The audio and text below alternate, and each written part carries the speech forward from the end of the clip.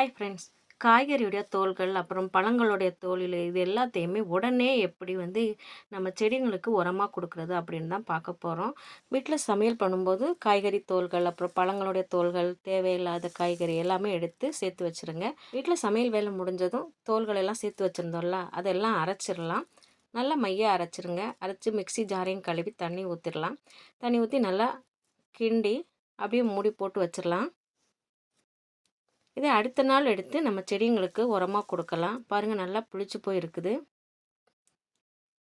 இப்படி நம்ம செடிங்களுக்கு உரமாக கொடுக்கறதுனால நம்ம எதுவுமே காசு கொடுத்து கடையில் உரம் வாங்க வேண்டிய அவசியமே இல்லை.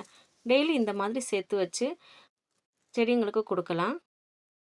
ஒரு பக்கெட் தண்ணியில் ரெடி பண்ணி வச்சுருந்த காய்கறி கழிவுகளுடைய வேஸ்ட்டே, அரைச்ச வேஸ்ட்டே இதில் சேர்த்து ஒரு பக்கெட் ஃபுல்லாக தண்ணி எடுத்து இந்த மாதிரி செடிங்களுக்கு உரமாக கொடுத்துடலாம். நல்ல செடிகள் வளரும். உடனடி உரமும் செடிங்களுக்கு கிடச்சிருச்சு. தேவையில்லாமல் காசை வேஸ்ட் பண்ணி உரங்கள் வாங்க வேண்டிய அவசியம் இல்லை. செடியும் சூப்பராக நல்லா வளரும். கண்டிப்பாக ட்ரை பண்ணி பாருங்கள்.